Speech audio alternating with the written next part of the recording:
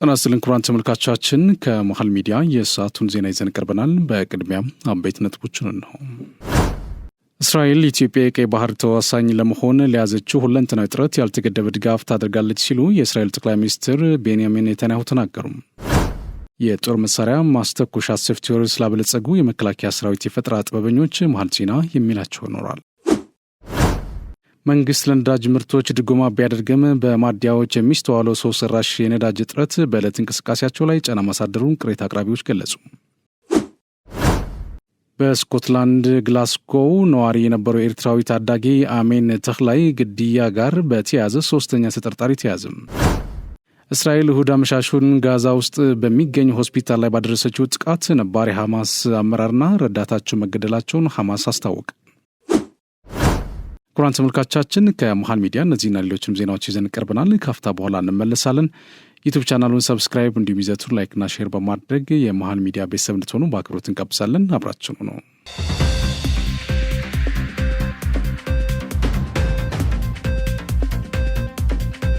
መንግስት ከጎረቤት ሀገራት ጋር በሰጥቶ መቀበል መርህ በትብብር በመስራት ብሔራዊ ጥቅምን ለማስከበር እየሄደበት ያለው የዲፕሎማሲ መንገድ የሚደገፍና መጠናከር ያለበት ነው ሲሉ የጂንካ ከተማ ነዋሪዎች ገለጹ። ጠቅላይ ሚኒስትር ዶክተር አብይ አህመድ በተወካዮች ምክር ቤት የመንግስትን ግማሽ ዓመት የስራ አፈጻጸም ሪፖርት ባቀረበበት ወቅት ከምክር ቤት አባላቱ ለቀረብሏቸው የተለያዩ ጥያቄዎችና አስተያየቶች ምላሽና ማብራሪያ መስጠታቸው ይታወሳል። በዚህም መንግስት በሰጥቶ መቀበል መርህ ከጎረቤት ሀገራት ጋር በመልካም ግንኙነት ብሔራዊ ጥቅምን ለማስከበር በትብብር እየሰራ መሆኑን አብራርተዋል።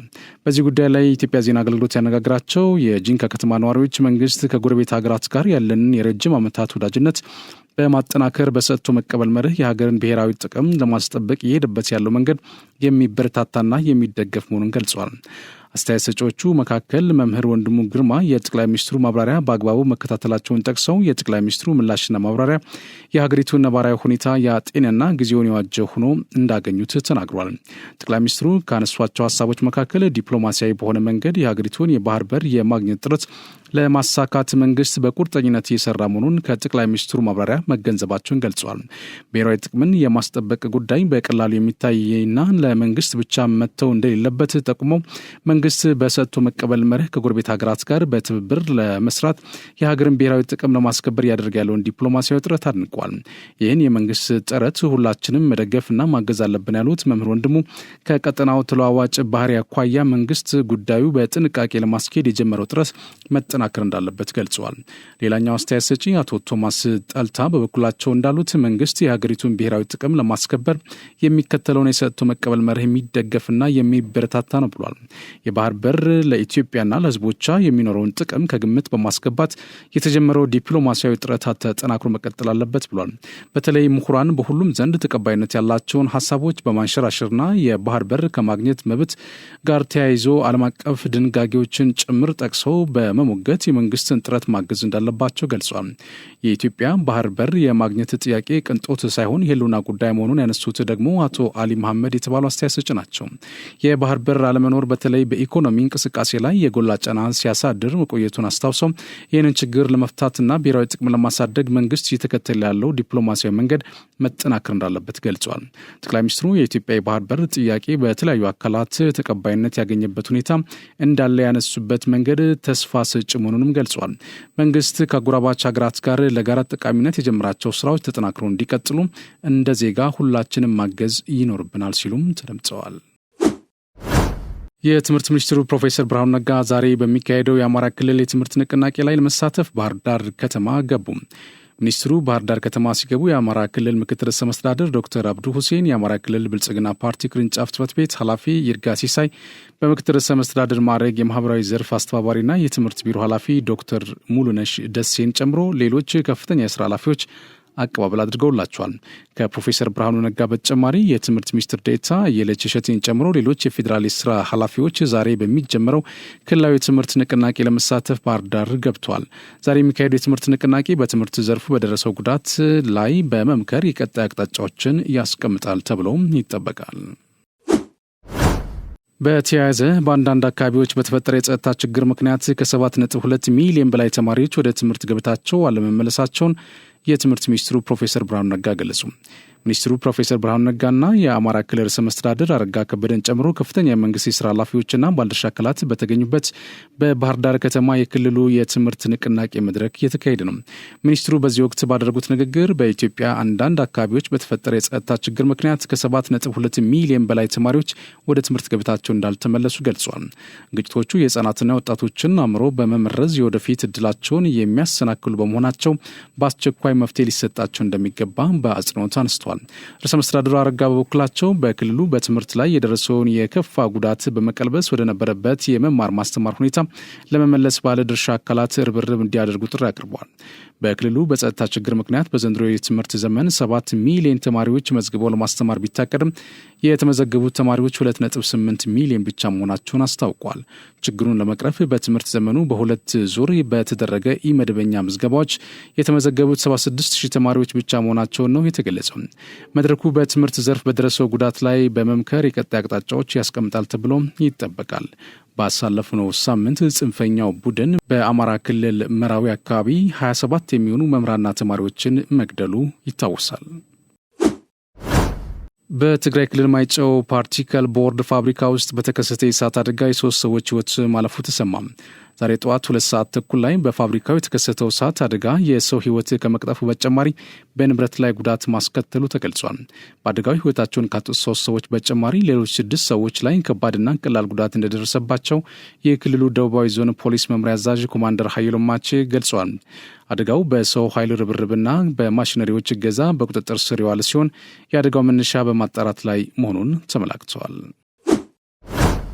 በጋምቤላ ክልል ሰላምን በማጽናት ለሕዝብ የልማትና የመልካም አስተዳደር ጥያቄዎች ምላሽ መስጠት እንደሚገባ የጋምቤላ ክልል ምክር ቤት አፈ ጉባኤ ወይዘሮ ባንቻዮ ደንገታ ገለጹ። የጋምቤላ ክልል ምክር ቤት 6ኛ የምርጫ ጊዜ 4ኛ የስራ ዘመን 7ኛ መደበኛ ጉባኤ ዛሬ በጋምቤላ ከተማ እየተካሄደ ነው። አፈጉባኤዋ ጉባኤውን ሲከፍቱ እንዳሉት ምክር ቤቱ ሕጎችን በማውጣት ከአተገባበራቸውን የተመለከተ ክትትልና ቁጥጥር ከማድረግ ባለፈም የአስፈጻሚ አካላትን እቅድና ክንውን በመከታተልና በመቆጣጠር የተሰጠውን ኃላፊነት እየተወጣ ይገኛል። ከዚህ ባለፈም የሕዝብን የልማትና የመልካም አስተዳደር ጥያቄዎች ለመመለስ የተከናወኑ ተግባራት ተጠናክረው እንዲቀጥሉ ክትትል እንደሚደረግ አነስቷል። በተለይም በትምህርት ጥራት፣ በንጹህ መጠጥ ውሃ አቅርቦት፣ በጤና፣ በግብርና ልማትና በሌሎችም የልማት ዘርፎች የተጀመሩ ስራዎችን አጠናክሮ ማስቀጠል ይገባል ብሏል። የክልሉን የገቢ አቅም በማሳደግ የታለሙትን የልማትና የመልካም አስተዳደር ስራዎች ስኬታማ ማድረግ እንደሚገባ ምን ያብራሩት። በጉባኤው ላይ የምክር ቤቱ አባላትን ጨምሮ ከ350 በላይ የክልል፣ የዞን፣ የወረዳ አመራሮች፣ የሀገር ሽማግሌዎች፣ የሃይማኖት አባቶችና ሌሎች ተጋባዥ እንግዶች በመሳተፍ ላይ መሆናቸውን ለማወቅ ተችሏል። የቤንሻንጉል ጉሙዝ ክልል ርዕሰ መስተዳድር አሻድሊ ሐሰን አጽዋማቱን በማስመልከት 200 ለሚሆኑና በዝቅተኛ ገቢ ለሚተዳደሩ ወገኖች ዛሬ ማዕድ አጋሩ። ርዕሰ መስተዳድሩ ማዕዱን ባጋሩበት ወቅት እንዳሉት የሁለቱ እምነት ተከታዮች የጾም ወራትን አስመልክቶ የመረዳዳትና የመተባበር ባህልን መሰረት በማድረግ የአብሮነት ስሜትን ለመፍጠር የተደረገ ነው ብለዋል። በዚህም በአሶሳ ከተማ ለሚገኙት 200 ለሚሆኑ በዝቅተኛ ገቢ ለሚተዳደሩ ወገኖች መሰረታዊ የምግብ ሸቀጦች እንደ ስኳር፣ ዱቄትና ዘይት ድጋፍ መደረጉን ገልጸዋል። ድጋፉ አነስተኛ ገቢ ያላቸው ወገኖች አስታዋሽ እንዳላቸውና አብሮነትን ለማሳየት ያለመ መሆኑና ለማዕድ ማጋራቱ 500,000 ብር ወጪ እንደደረገም ገልጿል። በዕለቱ ድጋፍ ከተደረገላቸው ወገኖች መካከል ወይዘሮ ኢማም ባባኩር እና እስከዳር ጥጋቡ እንደገለጹት የተደረገላቸውን ድጋፍ የአብሮነትና የመረዳዳት ባህልን የተረዱበት መሆኑን አመላክተዋል። ለተደረገላቸው ድጋፍም አመስግነው መሰል ተግባራት ተጠናክረው እንዲቀጥሉም ጠይቀዋል። በመርሃ ግብሩም ምክትል ርዕሰ መስተዳድር ጌታሁን አብዲሳና በብልጽግና ፓርቲ የቤንሻንጉል ጉሙዝ ክልል ቅርንጫፍ ጽሕፈት ቤት ኃላፊ አቶ ኢሳቅ አብዱልቃድርን ጨምሮ ሌሎች የአመራር አባላት ተገኝተዋል። የሲዳማ የዘመን መለወጫ ፍቼ ጫምባላላ በዓል በደመቀ ሁኔታ ለማክበር ዝግጅት መጠናቀቁን የክልሉ ባህል ቱሪዝምና ስፖርት ቢሮ አስታወቅም። የሲዳማ የዘመን መለወጫ በዓል ፍቼ ጫምባላላ መጋቢት 18ና 19 ቀናት 2017 ዓ.ም በተለያዩ ዝግጅቶች ይከበራል። የቢሮ ኃላፊ አቶ ጃጎ አገኘው ዛሬ በሰጡት መግለጫ እንዳስታወቁት የዘመን መለወጫ በዓሉ ባህላዊ ስርዓቱን በጠበቀ መልኩ ለማክበር ሲደረግ የነበረው ዝግጅት ተጠናቋል።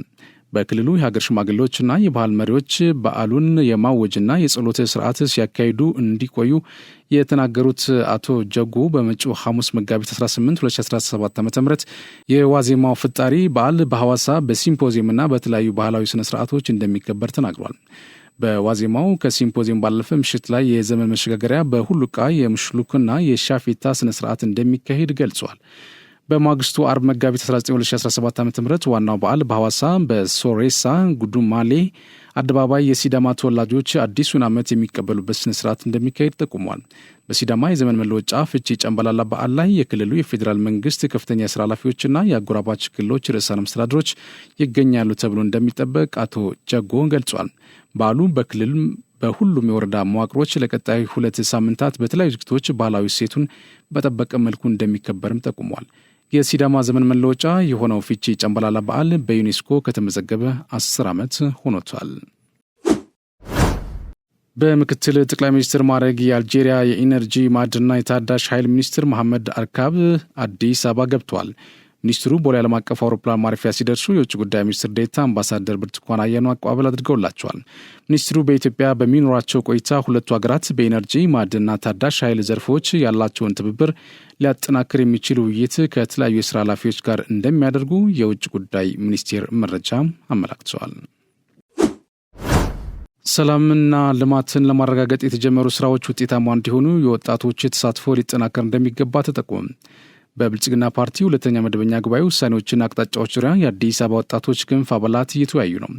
በውይይቱ ላይ ከተለያዩ ክፍለ ከተማ የተወጣጡ ወጣቶች የተገኙ ሲሆኑ ውሳኔዎችንና አቅጣጫዎችን የሚያብራራ ሰነድም ቀርቧል። ውሳኔና አቅጣጫዎች በአግባቡ እንዲተገበሩ የወጣቶች ሚና ምን ሊሆን ይገባል፣ ኃላፊነታቸው እንዴት ሊወጡ ይገባል የሚለው የውይይት ማጠንጠኛ ነው ተብሏል።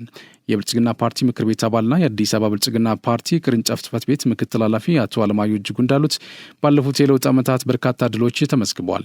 ለድሎቹ መመዝገብ የወጣቶቹ ድርሻ ጉልህ መሆኑን ጠቁሞ ይሄው ሚና ተጠናክሮ ሊቀጥል እንደሚገባ አጽንኦት ሰጥቷል። በሰላም በልማትና በመልካም አስተዳደር ላይ የተጀመሩ ስራዎች ይበልጥ ውጤታማ እንዲሆኑ የላቀ ተሳትፎ እንደሚጠይቅ ጠቁመው ወጣቶች ኃላፊነታቸውን በአግባቡ እንዲወጡም ጥሪ አቅርበዋል። በአቅመ ደካሞች ቤት እድሳት፣ በማዕድ ማጋራት፣ በትምህርት ቁሳቁስ ድጋፍ፣ ሌሎችም በጎ ስራዎች ወጣቱ ተጠቃሽ ሚና እየተጫወተ በመሆኑ ተግባሩ ተጠናክሮ ሊቀጥል እንደሚገባ አስገንዝበዋል። የብልጽግና ፓርቲ የምክር ቤት አባልና የብልጽግና ፓርቲ ወጣቶች ክንፍ ፕሬዚዳንት አክሊሉ ታደሰ በበኩላቸው የብልጽግና ፓርቲ በሁለተኛ መደበኛ ጉባኤው በሁሉም መስክ አሻጋሪ ውሳኔዎችንና አቅጣጫዎችን አስቀምጧል ነው ያሉት። እነዚህ አቅጣጫዎችና ውሳኔዎች በተሟላ መልኩ እንዲተገበሩ ወጣቱ ሚናውን በላቀ ደረጃ ሊፈጽም እንደሚገባም አመላክቷል። የዛሬው ውይይትም ወጣቱ ሚናውን በአግባቡ እንዲወጣ ለማድረግ ያለመ መሆኑን ጠቅሰው በሀገር አቀፍ ደረጃ 5 ሚሊዮን ወጣቶችን ለማወያየት ግብ መያዙንም ተናግረዋል። መንግስት ለነዳጅ ምርቶች ድጎማ ቢያደርግም በማደያዎች የሚስተዋለው ሰው ሰራሽ የነዳጅ እጥረት በዕለቱ እንቅስቃሴያቸው ላይ ጫና ማሳደሩን በደቡብ ኢትዮጵያ የሚገኙ ነዋሪዎች ገለጹ። ጠቅላይ ሚኒስትር ዶክተር አብይ አህመድ ሰሞኑን የመንግስትን የ2017 በጀት ዓመት የመጀመሪያ ግማሽ ዓመት ስራ አፈጻጸም ሪፖርት ሲያቀርቡ ከምክር ቤት አባላት ለቀረቡላቸው ጥያቄዎች ምላሽና ማብራሪያ መስጠታቸው ይታወሳል። በማብራሪያቸውም መንግስት በዝቅተኛ የኑሮ ደረጃ ላይ የሚገኙ ዜጎችን ለመደገፍ ሲል የነዳጅ ምርቶችን በከፍተኛ ድጎማ ወደ ሀገር ውስጥ እንደሚያስገባ አመላክቷል። አስተያየታቸውን ለኢዜአ የሰጡት የጌዲዮ ዞን ነዋሪዎች እንደገለጹት በነዳጅ ማደያዎች የሚስተዋለው ሰው ሰራሽ እጥረት የነዳጅ ድጎማው ተጠቃሚ እንዳይሆኑ ከማድረግ ባለፈ በእንቅስቃሴያቸው ላይ ጫና ማሳደሩን ተናግሯል። የዲላ ከተማ ነዋሪ አቶ ጥላሁን ካሳ በመንግስት በነዳጅ ምርቶች ላይ በሊትር እስከ 28 ብር ድጎማ እያደረገ መሆኑን ከጠቅላይ ሚኒስትሩ የፓርላማ ንግግር መረዳታቸውን ጠቅሰው ይህም የነዳጅ አቅርቦት እንዳይቋረጥና በዝቅተኛ የኑሮ ደረጃ ላይ ያለው የህብረተሰብ ክፍል ለመደገፍ መንግስት ያለውን ቁርጠኝነት የተገነዘበበት መሆኑንም ነው ያብራሩት። ይሁንና በዲላ ከተማና አካባቢ የሚስተዋለው ህገወጥ የነዳጅ ግብይት እና ሰው ሰራሽ የነዳጅ እጥረት ይህንን እድል ለመጠቀም ቀርቶ በዕለታዊ ስራቸው ላይ ጫና እየፈጠረ መሆኑን ተናግረዋል። በነዳጅ ማደያዎች ነዳጅ የለም እየተባልን በጥቁር ገበያ በ3 እጥፍ ዋጋ እየተሸጠ ነው ያሉት አቶ ጥላሁን ነዳጁ ከባዕድ ነገር ጋር እየተቀላቀለ በመሆኑ ተሽከርካሪንም ለብልሽት እየዳረገ መሆኑን ገልጸዋል። ችግሩ በትራንስፖርት አገልግሎት ላይም ጫና መፍጠሩን ጠቅሰው የዞኑ አስተዳደር ቁጥጥሩን በማጠናከር በሰው ሰራሽ መንገድ የተፈጠረውን የነዳጅ እጥረት ችግር ለመፍታት በትኩረት እንዲሰራን ጠይቋል። መንግስት በነዳጅ ምርቶች ላይ ከፍተኛ ድጎማ የሚያደርገው በታችኛው የህብረተሰብ ክፍልና ጫናን ለማቃለል መሆኑን ከጠቅላይ ሚኒስትሩ ማብራሪያ መረዳታቸውን ያነሱት ደግሞ ሌላኛው አስተያየት ሰጪ አቶ ታከለ ደሳሌ ናቸው። ይሁንና በዞኑ እየተስተዋለ ያለው ሰው ሰራሽ የነዳጅ እጥረት ይህንን የመንግስት ድጋፍ እንዳይጠቀሙ ከማድረግ ባለፈ በኑሯቸው ላይ ጫና ማሳደሩን አንስቷል። በዚህም በህዝብ ትራንስፖርት ላይ ከታሪፍ በላይ የተጋነነ የዋጋ ጭማሪ የተጠየቁ መሆናቸውን ጠቅሰው ይህም የኑሮ ውድነቱ እያባባሰው መሆኑን ቁጥጥሩ እንዲጠናከር ጠይቋል። የተባበሩት የነዳጅ ማደያ የዲላና አካባቢ ስራ አስኪያጅ አቶ አሊ አብዶ በኩላቸው የሚመጣላቸውን የነዳጅ ምርት ቴሌ ብርን ጨምሮ የተሻሻሉ አሰራሮችን በመጠቀም ለህብረተሰቡ ያሰራጩ መሆናቸውን ተናግረዋል። የነዳጅ አቅርቦት ውስንነት መኖሩን ጠቅሰው ከህጋዊ ስርዓት ውጭ የሆኑ ባለሁለት እግር ሞተር ሳይክሎች ለህገ ወጥ የነዳጅ ዝውውር መበራከት መንስኤ መሆናቸውን ጠቅሷል። የጌዴኦ ዞን ንግድና ገበያ ልማት መምሪያ ኃላፊ ወይዘሮ ሰላማዊት ያሬድ በበኩላቸው በዞኑ በነዳጅ ምርቶች በተለይ በቤንዚን አቅርቦት ላይ ውስንነት ቢኖርም ያለውን የነዳጅ በአግባቡ በመከፋፈል በኩል ህገወጥ የነዳጅ ስርጭት ይስተዋላል ነው ያሉት። ነዳጅ ማደያዎች የተቀበሉትን የነዳጅ ምርቶች መረጃ ከመደበቅ ጀምሮ አንዳንድ አካላት በህጋዊ መንገድ የቀዱትን ቤንዚን አውጥተው ለጥቁር ገበያ ሲያቀርቡ እንደሚስተዋልም ጠቅሷል። ይህ ሰው ሰራሽ የነዳጅ እጥረትና የጥቁር ገበያን እንዲስፋፋ ማድረጉን ገልጸው ህገወጥነትን ለመከላከል በዞኑ በሚገኙ 16 የነዳጅ ማደያዎች ግብይት በኩፖን ብቻ እንዲፈጸም ተደርጓል ነው ያሉት። ከዚህ በተጨማሪ የጥቁር ገበያ ሽያጭ ለማስቀረት ግብረ ኃይል በማቋቋም የተቀናጀ ክትትል እየተደረገ መሆኑንም አመላክተዋል። እስራኤል ኢትዮጵያ የቀይ ባህር ተዋሳኝ ለመሆን ለያዘችው ሁለንተናዊ ጥረት ያልተገደበ ድጋፍ ታደርጋለች ሲሉ የእስራኤሉ ጠቅላይ ሚኒስትር ቤንያሚን ኔታንያሁ ተናገሩ። እንደ ምንጮቻችን ገለጻ ዛሬ ጠዋት ጠቅላይ ሚኒስትር ዶክተር አብይ አህመድ ከእስራኤል ጠቅላይ ሚኒስትር ቤንያሚን ኔታንያሁ ጋር በስልክ ተነጋግረዋል። ሁለቱ መሪዎች በአፍሪካ ቀንድ በተለይም በቀይ ባህር ቀጠና እያደገ የመጣውን ሽብርተኝነት በጋራ ለመፋለም በሚችልበት ዙሪያ ሰፊ ምክክር ያደረጉ ሲሆን ኢትዮጵያ የቀይ ባህር ተዋሳኝ ሀገር ለመሆን በምታደርገው ሁለንተናዊ ትግል እስራኤል ከኢትዮጵያ ጎን እንደምትቆም ለጠቅላይ ሚኒስትር አብይ አህመድ አረጋግጠዋል። በስልክ ልውውጣቸው መጨረሻ የእስራኤል ጠቅላይ ሚኒስትር ቤንያሚን ኔታንያሁ ለፌዴራል ጠቅላይ ሚኒስትር ዶክተር አብይ አህመድ የጉብኝት ግብዣ ያቀረቡላቸው ሲሆን ጠቅላይ ሚኒስትር ዶክተር አብይ አህመድ በተመሳሳይ ቤንያሚን ኔታንያሁ ኢትዮጵያን እንዲጎበኙ ጥሪ አቅርበውላቸዋል። ሁለቱ ሀገራት በኤነርጂ፣ በመሰረተ ልማት ግንባታ፣ በግብርና፣ በማዕድን፣ በቱሪዝምና ንግድ ዘርፎች በጋራ ለመስራት ውል ማሰራቸው ይታወሳል። መሰረታዊ ወታደር ዘላለም ቤዛነህና መሰረታዊ ወታደር ዳንኤል ሙልቀን ይባላሉ። ሁለቱ ወታደሮች ምንም እንኳን የልጅነት መንገዳቸው የተለያየ ቢሆንም በሀገር ፍቅር ማዕበል የተሳሰሩ ጓደኛሞች ናቸው። ሁለቱ መሰረታዊ ወታደሮች የጀግኖች ልጆች በአባቶቻቸው የጀግንነት ታሪክ ተኮትኩተው ያደጉ ናቸው። የሀገር ፍቅር በደም ስራቸው ገብቶ ለወታደርነት ሙያ ያላቸው ክብር ከልጅነታቸው ጀምሮ ሲያብብ መኖሩን ይናገራሉ። ሁለቱም የማወቅ ጉጉት የሞላባቸው ማንኛውንም ነገር የመመርመርና ፍላጎት ያላቸው ልጆች ናቸው። እንዴት እንደሚሰራ ለማወቅ ማንኛውንም ነገር መነካካት ይወዱ ነበር። ትምህርታቸውን በሚገባ ተከታትለው አጠናቀዋል። በተለይ ዳንኤል በኮምፒውተር ሳይንስ የመጀመሪያ ዲግሪውን በውጤት አጠናቋል። ነገር ግን የሀገር ፍቅርና የአባቶቻቸውን የጀግንነት ታሪክ በልባቸው ውስጥ ነግሶም የተማሩበትን እውቀት ለሀገር ክብር ለመጠቀም ወስነዋል። በአዋሽ አርባ ውጊያና ቴክኒክ ትምህርት ቤት ለሜካናይዝድ ስልጠና ሲገናኙ የጋራ ፍላጎታቸውና የሀገር ፍቅራቸው ወዲያውኑ አቀራረባቸው። በማሰልጠኛ ቆይታቸውም ከመደበኛ ስልጠናቸው ጎን ለጎን የቴክኒክ ችሎታቸውን በማጣመር የጦር መሳሪያ ማስተኮሻ ሶፍትዌር አበለጸጉም። ይህንንም ፈጠራ ለመሪዎቻቸው አቀረቡ። ውጤታማነቱንም ተረጋገጠ። ይህ ሶፍትዌር ለማሰልጠኛውም ለተቋሙም ትልቅ የፈጠራ ውጤት እንደሆነ የታመነበት ሲሆን ሁለቱንም በጀግንነታቸውና በፈጠራ ችሎታቸው ላበረከቱት አስተዋጽኦ በምረቃ ስነ ስርዓታቸው ዕለት የሙሉ 10 አለቃነት ማዕረግ ከጦር ኃይሎች ጠቅላይ ኤታማዦር ሹም ፊልድ ማርሻል ብርሃኑ ጁላ ተበርክቶላቸዋል።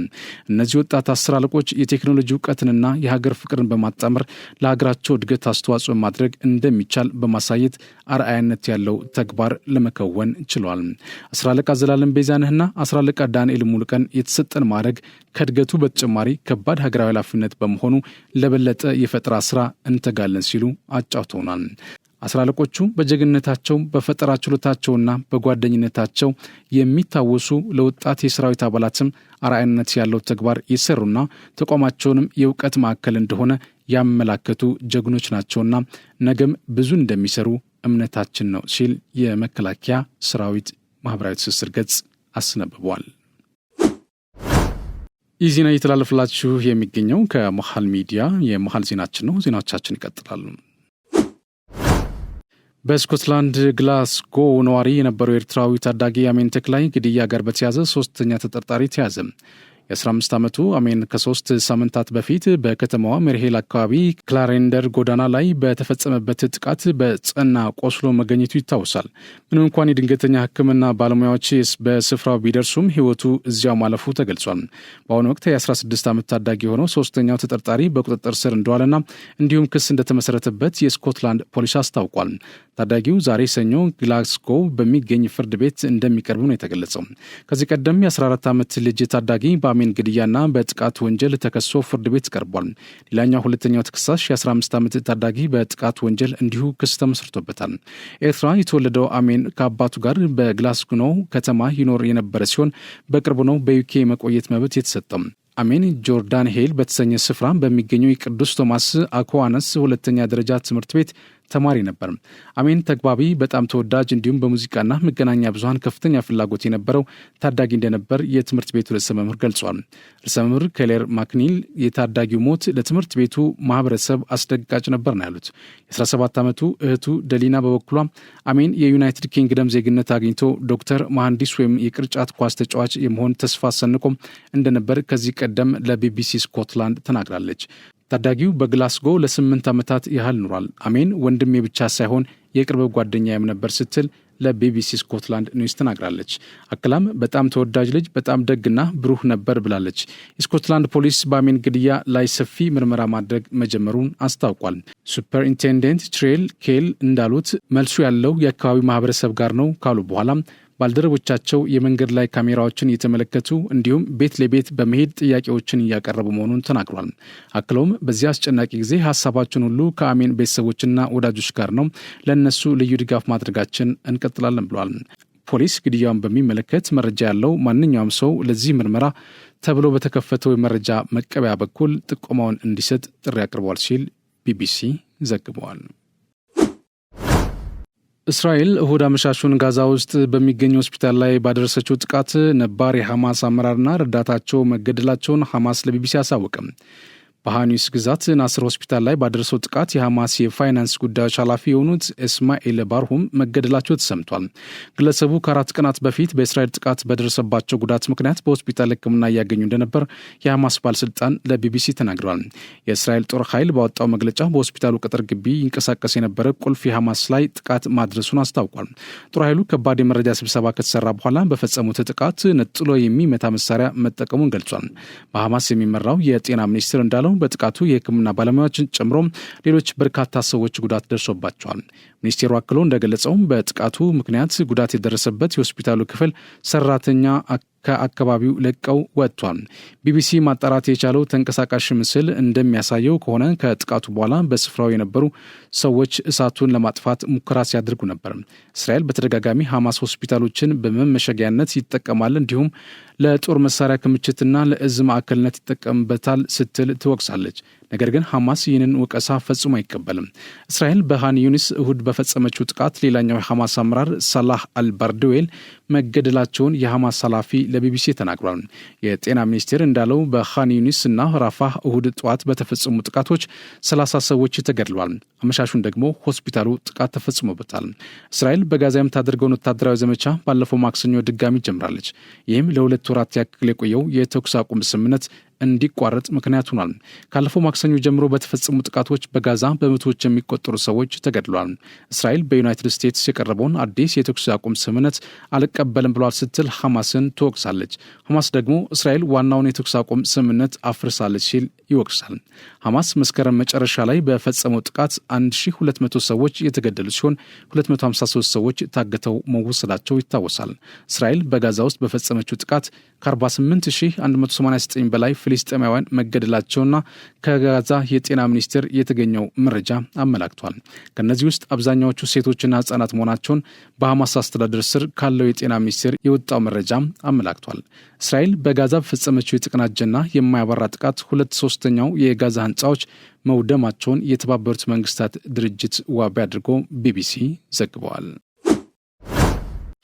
ክቡራን ተመልካቾቻችን ከመሃል ሚዲያ ለሰዓቱ ያዝናቸው ዜናዎች እነዚህ ናቸው። ስለተከታተላችሁ እናመሰግናለን። ቀሪ ዝግጅቶች ይቀጥላሉ። በእኔ በኩል ጨርሻለሁ። በያላችሁበት ሰላም ሁኑ።